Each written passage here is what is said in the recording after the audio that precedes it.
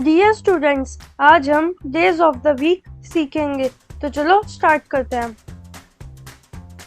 Monday, MONDAY, Monday. Tuesday, TUESDAY,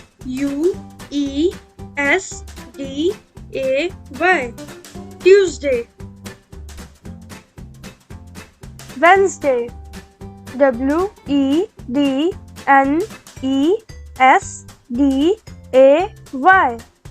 Wednesday. Thursday, THURSDAY,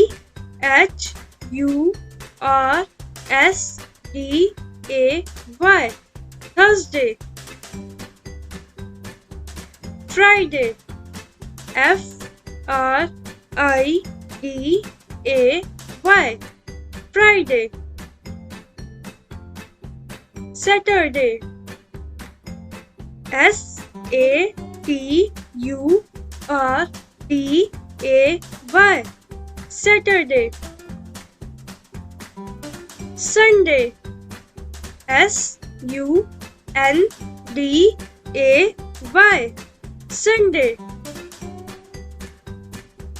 Monday, Tuesday, Wednesday, Thursday, Friday, Saturday, Sunday.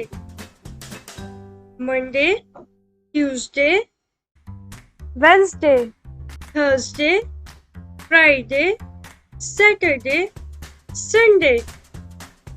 बच्चों, आप सभी इस video को बार बार ध्यान से देखना, सुनना और इनकी प्रैक्टिस करना। बाय बच्चों।